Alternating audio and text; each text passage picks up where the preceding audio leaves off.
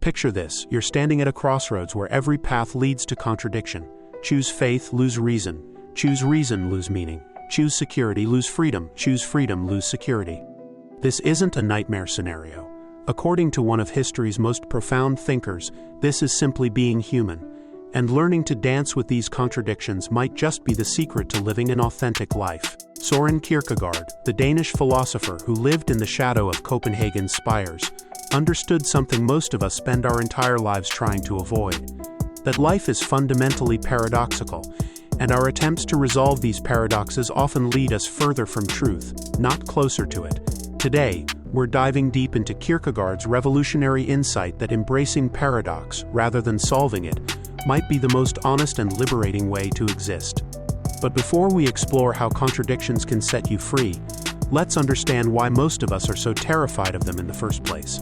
We live in a culture obsessed with consistency, logic, and having all the answers. We want our beliefs to align perfectly, our choices to make complete sense, and our lives to follow a clear, rational narrative. Social media amplifies this pressure. We curate perfect versions of ourselves that appear free from doubt, confusion, or internal conflict. Kierkegaard saw this need for consistency as a trap. Born in 1813 into a wealthy but troubled family, he witnessed firsthand how the pursuit of systematic answers could drain life of its vitality. His father, deeply religious yet plagued by guilt and melancholy, embodied the tension between faith and despair. Young Saurin inherited both his father's intellectual intensity and his capacity for profound anxiety, a combination that would shape his entire philosophical outlook. Unlike other philosophers who built grand systems to explain everything, Kierkegaard became suspicious of systems themselves. He watched as Hegel's philosophical machine attempted to grind all of reality into logical consistency, and he rebelled. Real human existence, Kierkegaard argued, can't be captured by any system because it's fundamentally about choices, passions, and leaps that defy pure logic. This brings us to Kierkegaard's first major insight: the paradox of choice itself. Every significant decision we make involves choosing between incommensurable goods.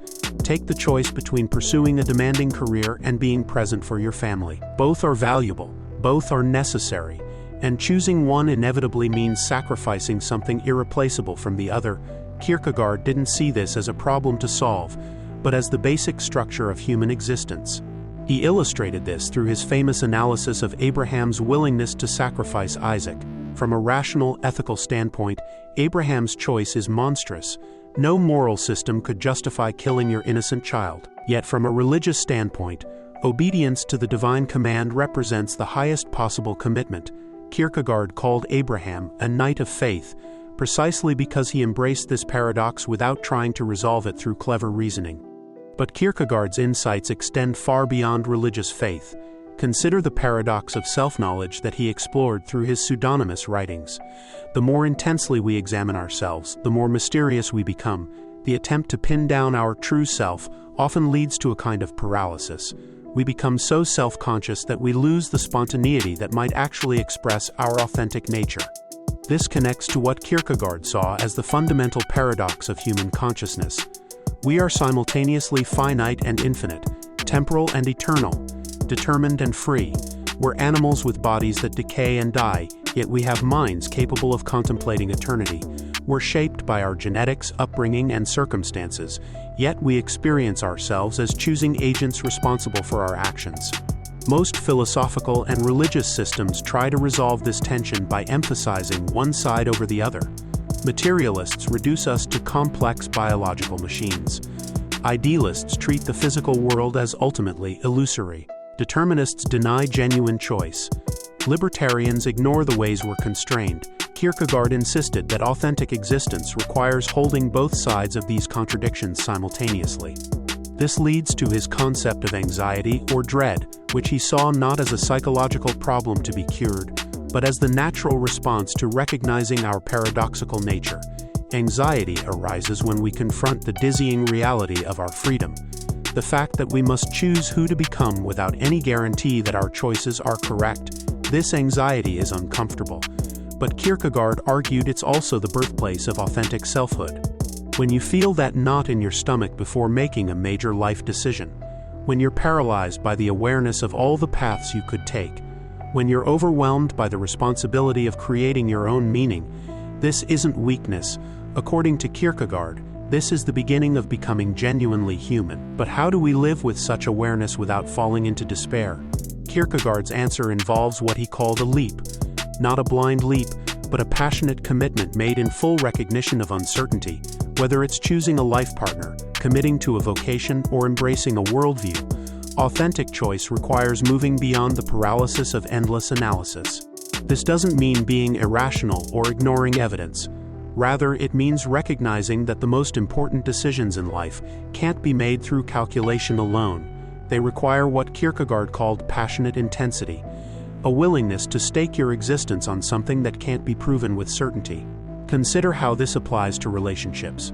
You can analyze compatibility, shared values, and long-term prospects, but ultimately, loving someone requires a leap beyond what can be rationally justified. You choose to trust, to commit, to make yourself vulnerable, not because you have guarantees, but because the alternative is remaining trapped in endless speculation about what might be. The same applies to creative work, moral commitments, and spiritual beliefs. Kierkegaard observed that people often postpone living while they wait for complete clarity about what life means. But meaning emerges through passionate engagement, not prior analysis. We discover who we are by choosing and acting, not by thinking about choosing and acting. This brings us to perhaps Kierkegaard's most radical insight, that truth, especially truth about how to live, is fundamentally subjective. Not in the sense that anything goes, but in the sense that abstract principles become meaningful only when they're incarnated in particular lives through specific choices and commitments. You might understand intellectually that courage is valuable, but courage becomes real only when you face your own fears in your own circumstances.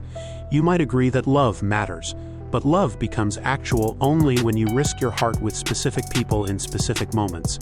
The truth of these values can't be separated from the passionate inwardness with which they're embraced. This perspective offers a liberating alternative to both rigid dogmatism and paralyzing relativism.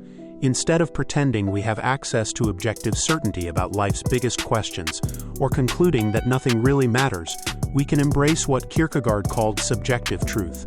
Commitments made with full awareness of their provisional nature, yet with complete personal investment. Living this way requires what Kierkegaard called repetition.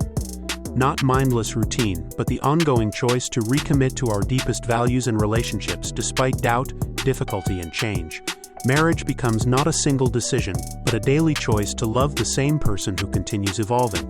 Creative work becomes not a career path, but a repeated commitment to expression, despite uncertainty about reception or success. This approach transforms how we relate to failure and regret.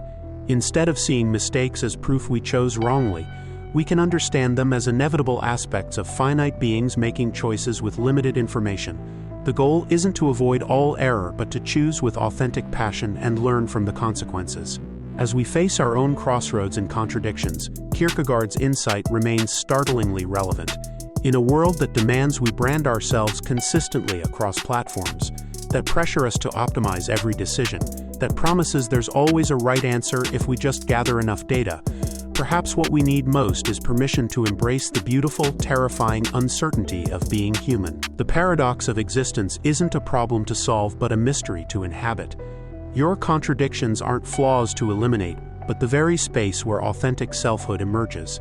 The anxiety you feel when confronting life's biggest questions isn't evidence of weakness, but the sign of a consciousness capable of recognizing its own magnificent, impossible situation.